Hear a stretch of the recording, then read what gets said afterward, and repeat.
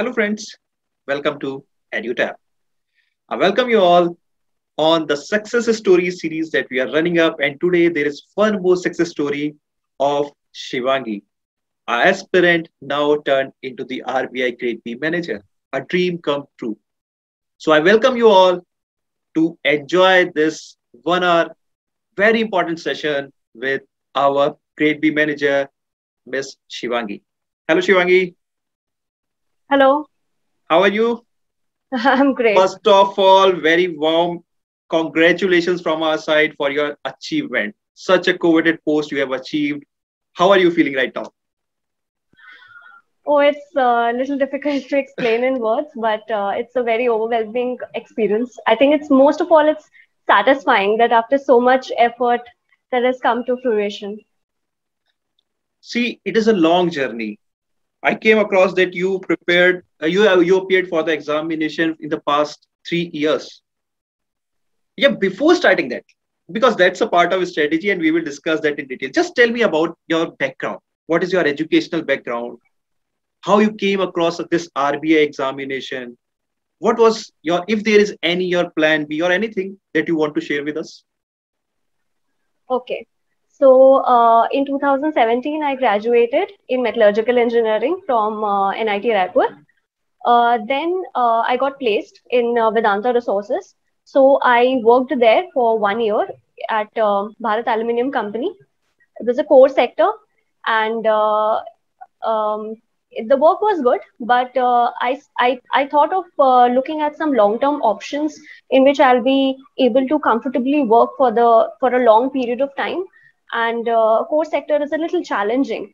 So, and at the same time, I had just started reading economics just for fun. It was not anything serious. So I was reading this book that was gifted to me. It was a day-to-day economics by Satish Deodar, which is a very good book for building the basics of economics. So while I was reading that book, I came across the works that RBI does, and one of my friends who was preparing for UPSC suggested me that there was this exam which I could appear in, and that's how I started my grade B preparation. But with my previous job, I thought that it would be better that if I devote my entire time in my preparation, because I thought that it would delay the process of getting selected if I continued with my job. So in 2018, after working for a year, I quit. Um, in 2018, just after I quit and came back, there was the RBI exam. So in 1 month, I just couldn't prepare well. So naturally, I didn't clear. But for the next exam, I was very well prepared. I thought that I'll be clearing this year, and I gave my full with full preparation whatever I could. I gave the attempt, and unfortunately I missed the pre by 1.25 marks. So naturally I was very disheartened. But then I started looking at some other options. I was preparing for SBI, IBPS. I gave a few attempts in whatever exams were coming my way, but unfortunately I couldn't. I wrote NABARD mains twice, SEBI mains twice, but I couldn't make it to the interview round of any of this. Because you have to Um, become a grade B manager. yeah, I think it was destiny that I was Yeah, not able to clear any other exam. because destiny was pushing you towards the RBI. Yes, But and but time. destiny comes because of lot of efforts that you have put in. So you have passed out in 2017 and you are from a non-commerce background. And there are many students with whom I came across and who are selected in this. So do you really feel that the one who are from the commerce background have an upper edge in this examination or any other banking examination? About advantages, I think all of us have some kind of an advantage. From people coming from commerce background have advantage in finance, and maybe a little fish portion in management. Then people from UPSC background have a little edge in ESI, and now because of the descriptive pattern of the paper, they have some advantage there. People like me who were preparing full time have the advantage of time. Other people who are working have the advantage in interview. and because of the work experience. So I think all of us have some kind of an advantage. It's how you utilize your advantage is that is How important. you cope up with your weakness and how you use your strength. Yeah, That is the key. yeah, yes. Okay. So there's one more question that is coming in mind. Ki there is, you just said ki, sir, I appeared in the pre twice and I did not make it to the phase two. And Mm. in this year, the pattern has been changed. The phase one was really tough. Even it was not on the expected line as we were getting in the previous year. So how you made your mind during the time of examination? What was thoughts that were coming into your mind? Because I came across a lot of students, sir, the paper was too tough. Sir, it was not for me, it is not made for us. So how you make up your mind that now it is the time I have to prove myself? And there was also a pressure of past 2 years that I was not able to crack this phase one.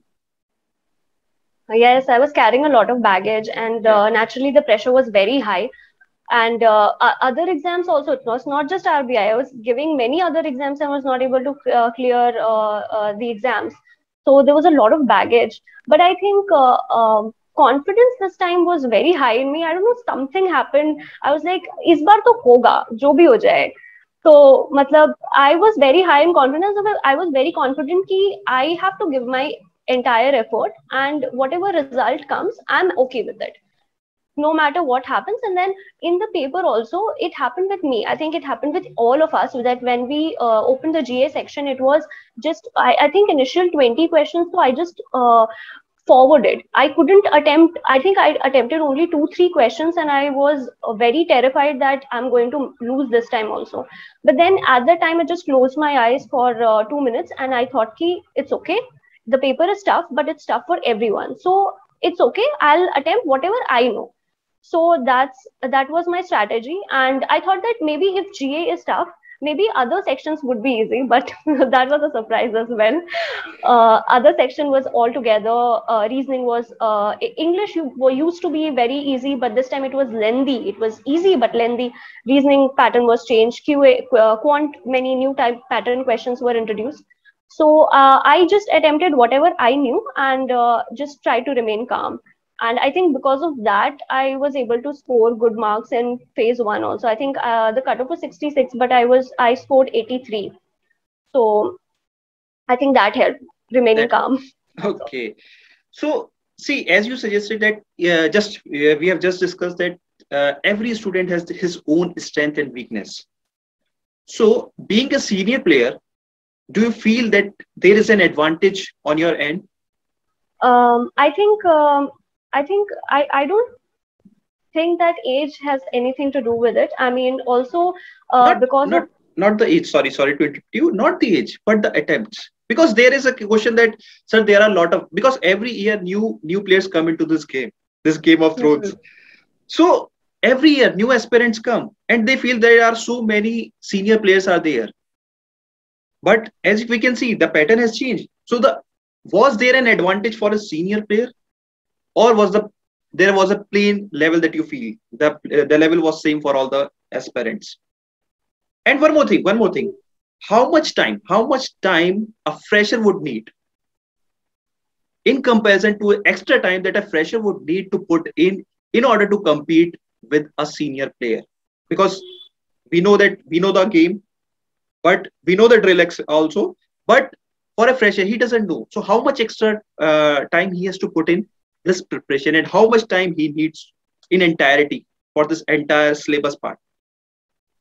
Okay, for the first question, I think senior players, I think giving some attempts before has some advantage, because you have already gone through the pattern of phase one, and you have gone through the static portion of phase two, the schemes you have read about.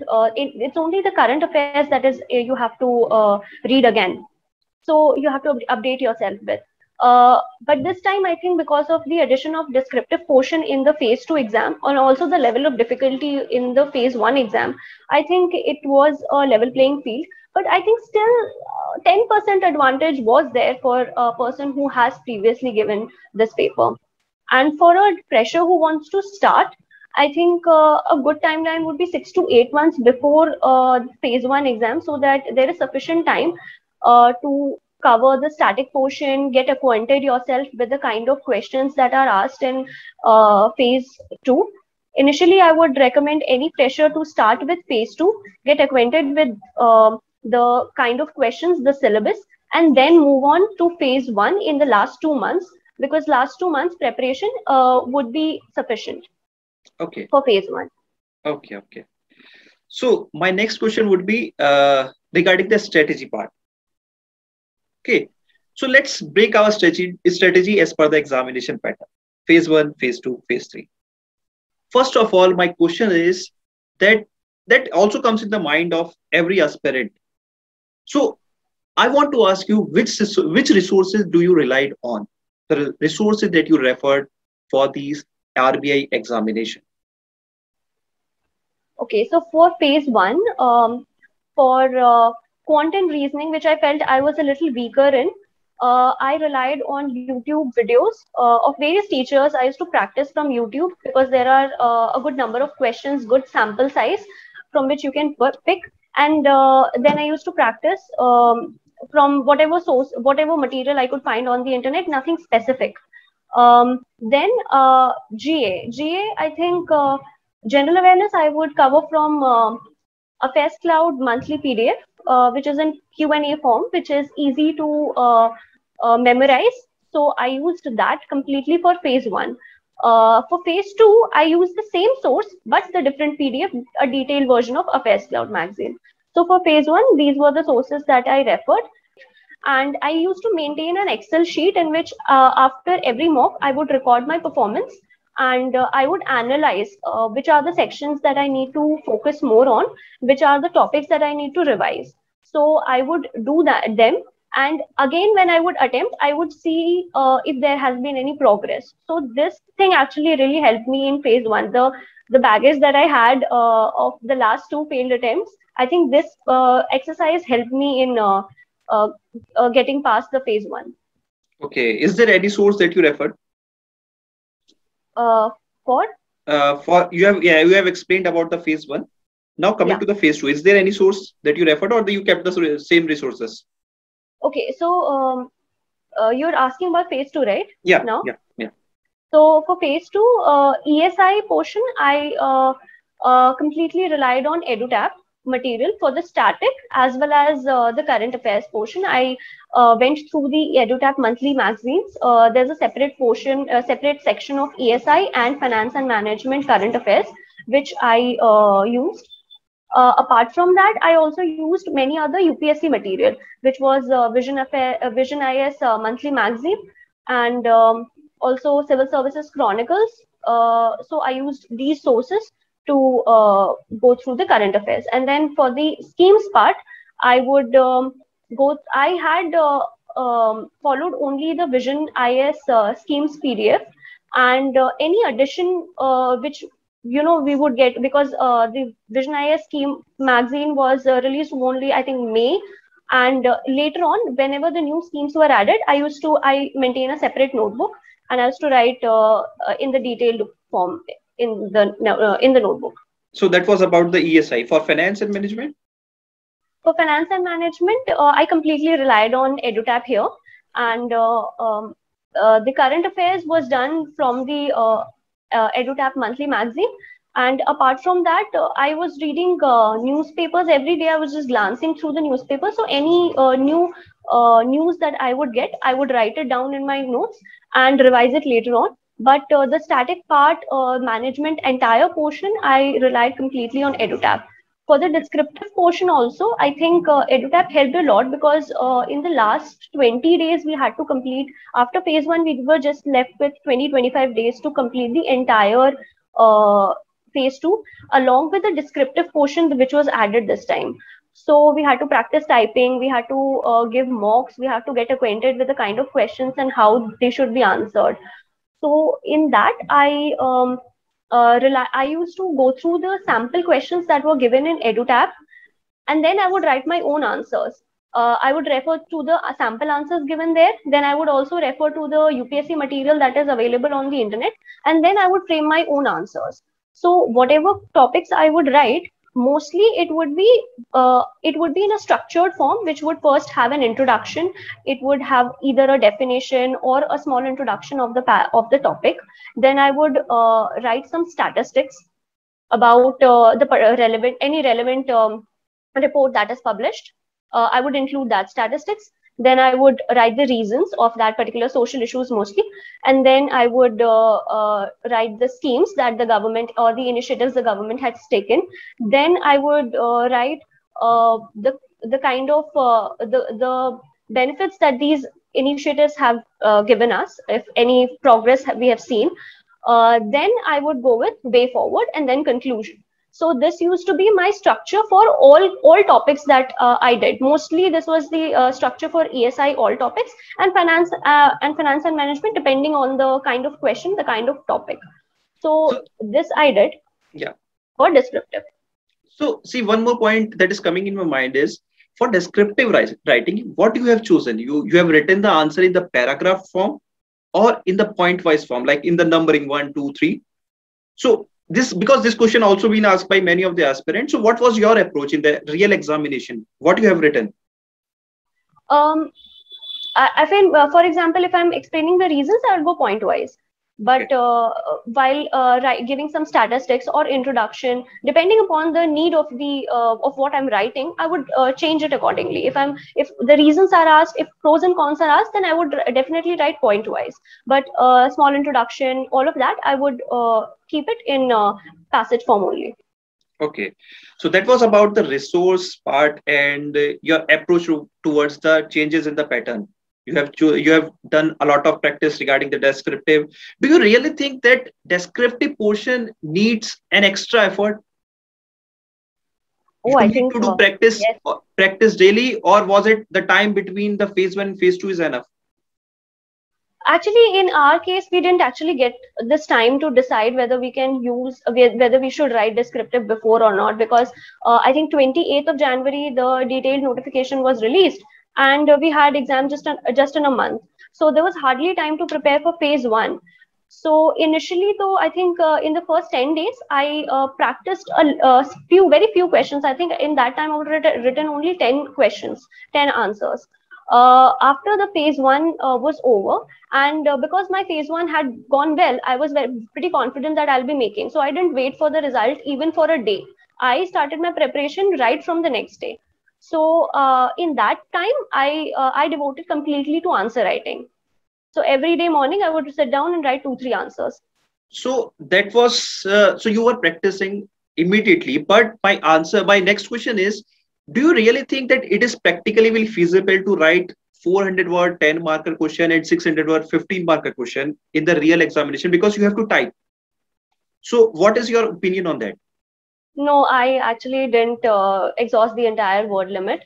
I focused mostly on quality, because I thought that even if the word limit is less, because I had tested my typing speed before the exam, and I was very sure that I will not be able to write 2,000 words in 1 hour. So I made sure that whatever I wrote was good in quality.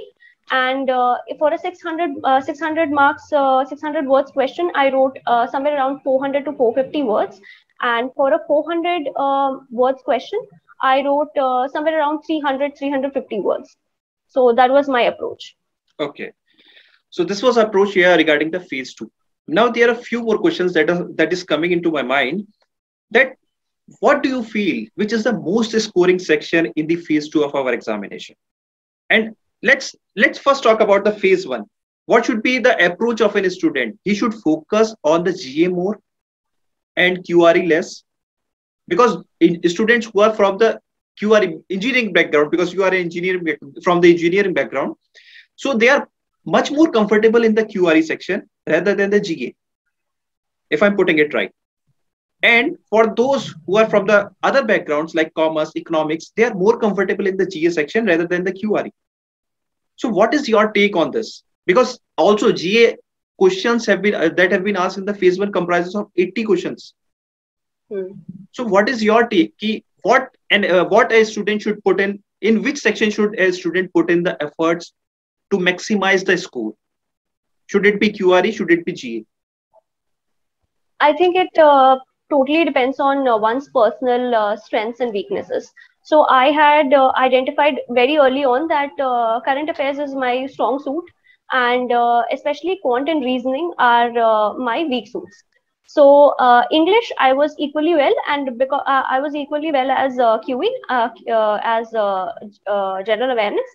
So I was not very much concerned with English, but my study was mostly focused on the current affairs portion because I had identified it as my strong suit. If somebody feels that they are good in quant and reasoning, they should give more importance to those, to try to score more marks in those, but at the same time should not ignore general awareness, because it has a very good weightage, 40% weightage of the entire paper. So it should not be ignored, but at the same time, you can maximize your score. You should focus on each of these topics and then try to maximize your score in whichever subject you feel more comfortable in. Now coming to the phase 2, if we apply the same formula for the phase 2, which is the most scoring section? Is it English, FM, or ESI? What's your take on this? Finance and management. I think finance and management, especially the objective portion. Earlier what used to be that people were scoring above 80 marks. So naturally, you can see that it was very scoring. People have even scored 90 plus. So it was a scoring subject, and also in the 50 marks also, people were scoring more than 40. Even I think I'll be scoring somewhere 40, 41 something. So I think that is a little scoring subject amongst the three. English is very, I think, subjective, but if you follow a certain set of rules in which how you're going to frame your answer in essay, I think it helps. You will not be scoring less than average marks if you follow some certain set of rules. Then I think ESI is the most challenging one, especially the objective portion. Descriptive you can still write. In this time we felt that ESI you can still manage, the descriptive portion you can still write, but objective portion it is where it becomes a little tricky. So I would say FM is the most scoring, FM objective is the most scoring, ESI objective is the least scoring, in my opinion. Okay. So ESI, when we come to the ESI part in the phase 2 of our examination, ESI I think was tough because of the current affair, the type of current affairs has been asked. So do you think that we need to put more emphasis on the current affairs in the ESI, as well as we will talk about the finance as well? First we talk about the ESI. So what is the extent to which a student should put should put his efforts towards the current affairs for the ESI paper of phase 2 of our examination? What role the current affairs play? I think this time static portion was very little as far as I can remember. It's been a long time since we wrote the paper, so I am not very sure about the questions. But the current affairs portion had a much higher weightage in the objective portion as well as compared to the static portion. So current affairs should be given more, should be prepared well. Because that carries a higher weightage. One more thing is, up to what month you have prepared the current affairs? The extent of coverage. Yes. Yeah. So for phase 1, I covered, I think, 4 to 5 months. Okay. And for phase 2, I prepared, I think, 6 to 8 months. 6 to 8 months. Yes. 6 months definitely, and 7th and 8th month, I just glanced through if there was any important report or any important scheme that was launched, just based on my idea of what was important. But up to 6 months, I had done very well. And there is one more hype that you have to refer the RBI notifications. Do you agree to that? I don't think that there were many questions from that, but I specifically remember, I think there were 2 passages based on the measures that RBI had taken during the COVID times. During the exam, I thought that those 2 passages were very tricky because there were a lot of new instruments that the question talked about a lot of new instruments that RBI had used. So I think that was a tricky portion, and I think that came directly from the website. Other than that, I think there was one passage on OECD report, which you will read when you do your current affairs. So I think all the other portion will get covered. So what will be your take regarding the current affairs when it comes to ESI? That what are the resources that one should refer? Firstly, if he hasn't enrolled in any of the course, if he hasn't enrolled.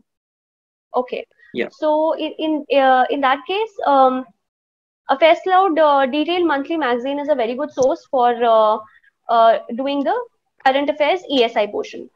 Then you should always, because the pattern of exam is such now that you should always refer to a UPSC magazine in which the recent happenings are explained in a little more detail. So that would help. I personally used Vision IS. I also refer to Drishti from time to time, and Civil Services Chronicle were the my three go-to things that I would do because I had so much time. So I you actually used a lot of sources. So those were the three, and apart from that, whatever you feel you are more acquainted to, or you for UPSC people would definitely have a different source. But these are the things that I used. Okay. And you are also our student, so you have also enrolled in our course. So what's your take on that? I think my entire preparation for phase 2 was done from EduTab. So for that, I'm very grateful that, and also the last minute changes that RBI had introduced, I think all of us were very surprised and sort of taken aback by the changes that we had seen because of the descriptive portion. I personally had no experience in writing descriptive answers, but the EduTab material, and they had updated all the sources, including the new portion, in a good 7 days before the exam was scheduled. So the aspirants had sufficient time to go through the material and prepare themselves accordingly. So I think kudos to that you were able to put out the right material, good quality material in such a short time frame. So thank you for that. And one more question is that in the finance, we have already covered about the ESI. In the finance section, there is also a hype regarding the numericals. Though we can see that over the years, the weightage of the numericals has been dropped. Do you prepare for the numericals? Initially, I did just before the exam. I think that was the time when notification was not out. So at that time, I had gone through the numericals. I was practicing numericals. But once the notification was out, I relied mostly on the current trends. So because the numericals were not in picture for the last, I think, 2 years, they have drastically reduced. And from the last year, they have no numericals as such in the paper. So that's what I did. I went through the concepts as to if a numerical comes, this is how you should solve it. But I didn't solve and devote specific time for solving numericals. Okay. So that was, I think, all the strategy related questions regarding the phase 1 and phase 2. There is one more question that is coming in my mind.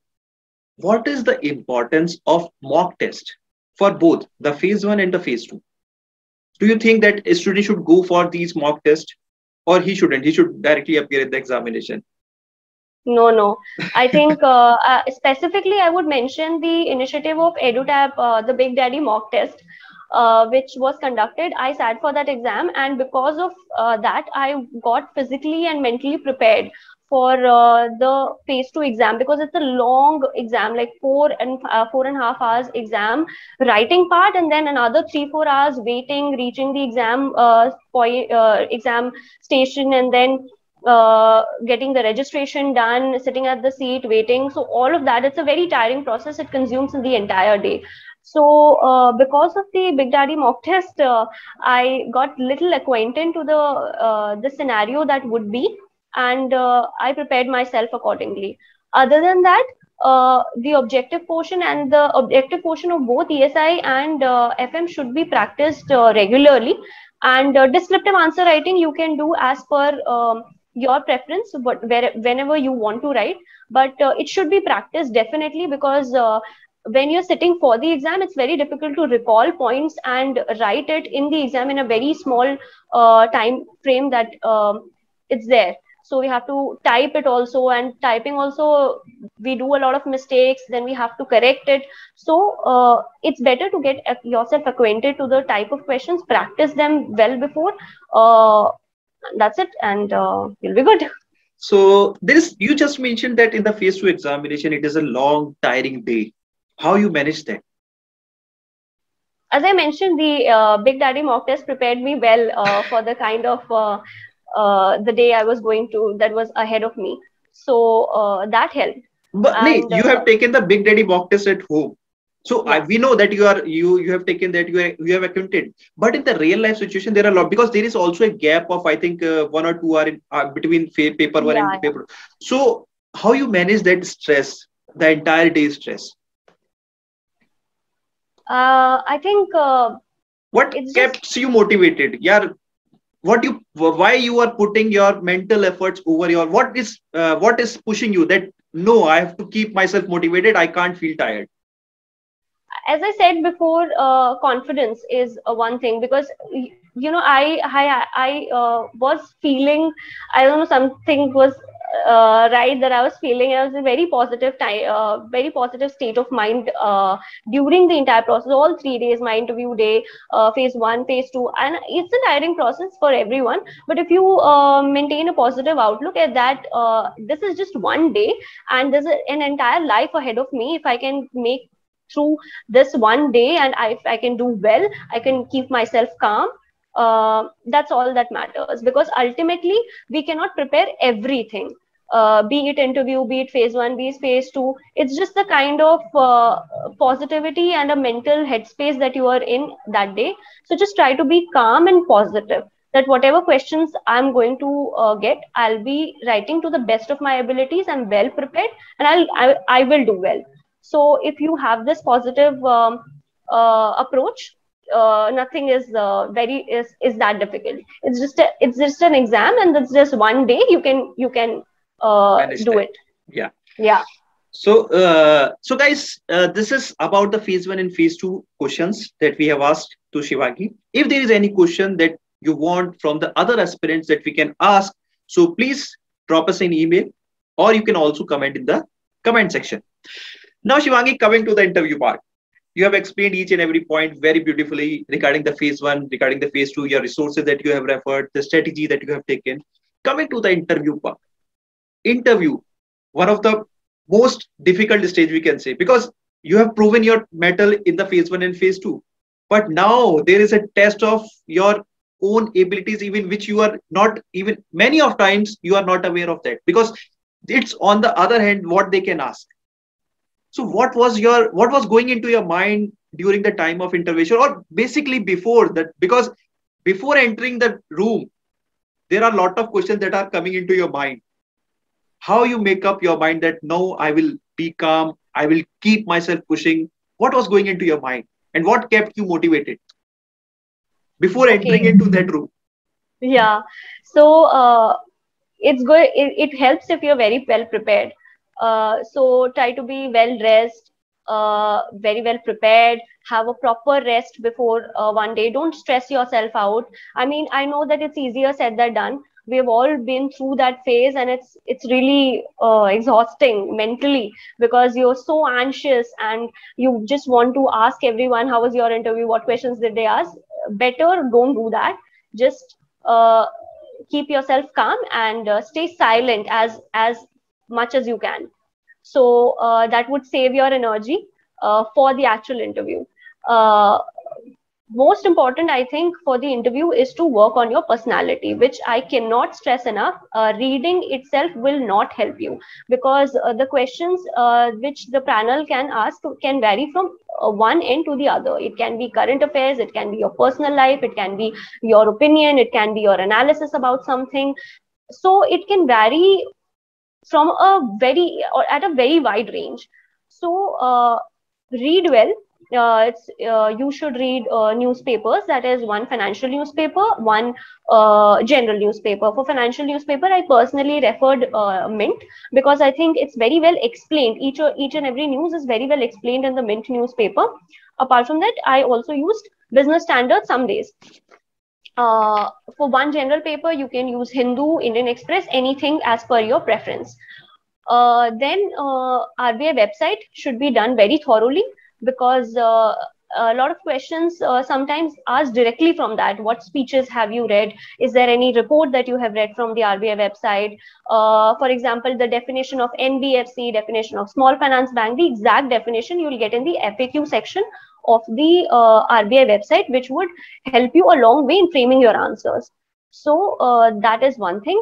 And other, you should also revise some of the banking concepts. That's all you need to do. Apart from reading, you should also prepare on your personal life, the HR questions. Why do you want to join RBI? Why should we hire you? How do you see yourself in 5 years down the line? Situational questions.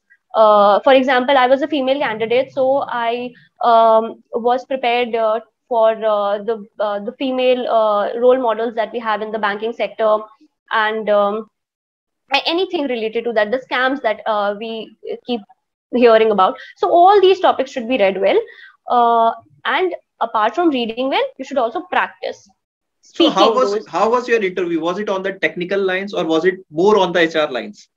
It was a mix of all. I think it was an entirely profile based interview. It started with my my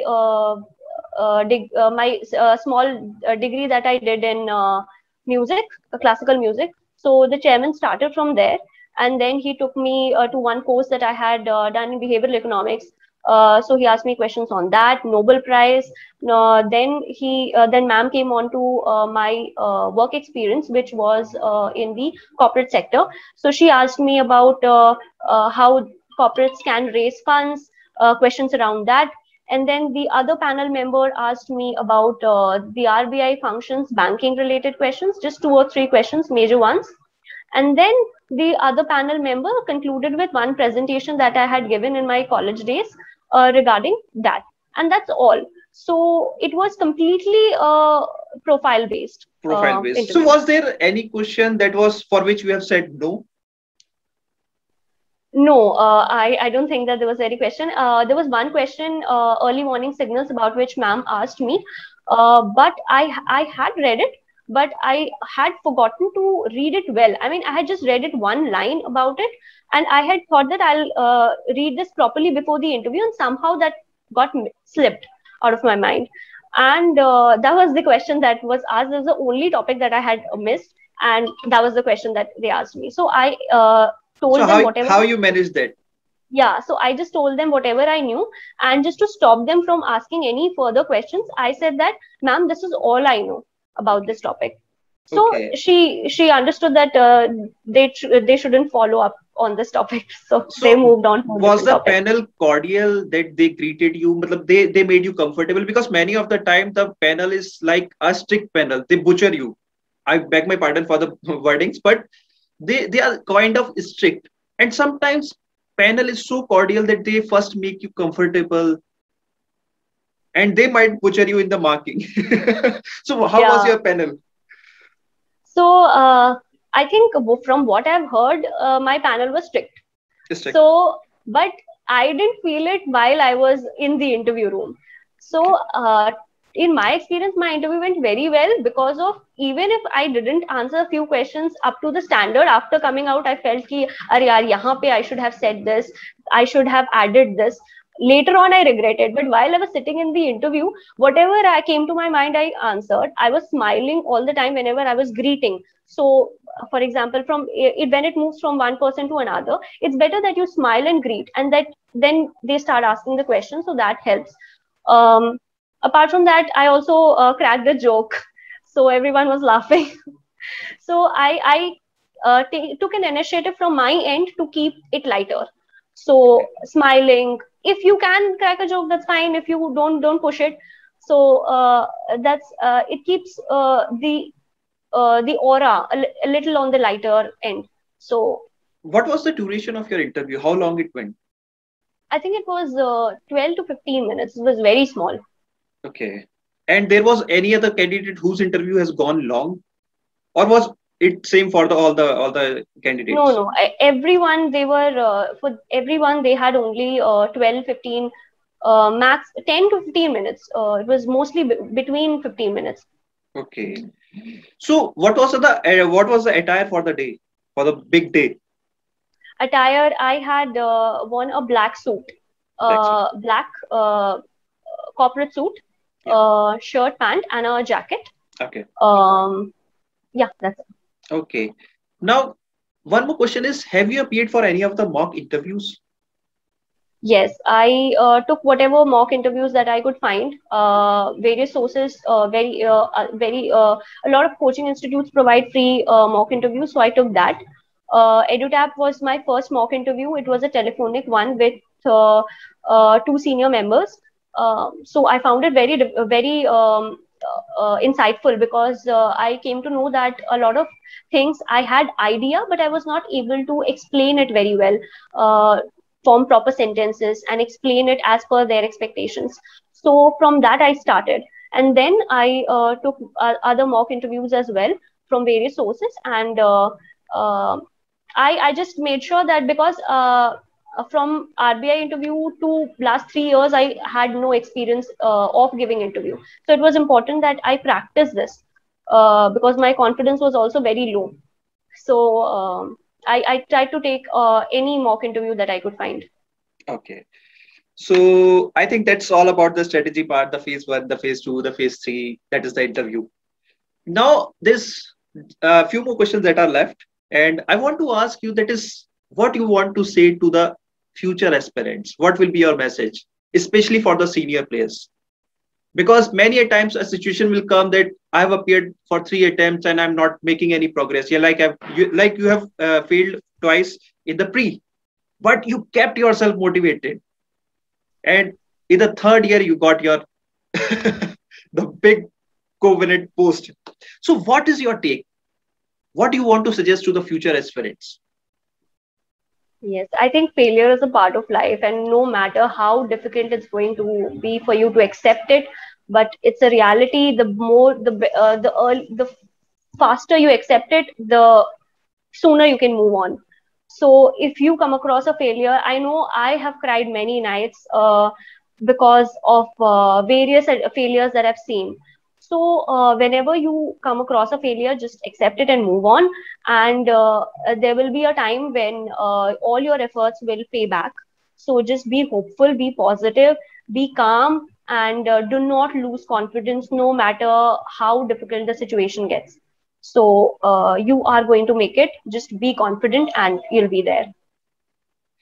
Okay, that was a very great message for the aspirants. Now, there's one last question I would say.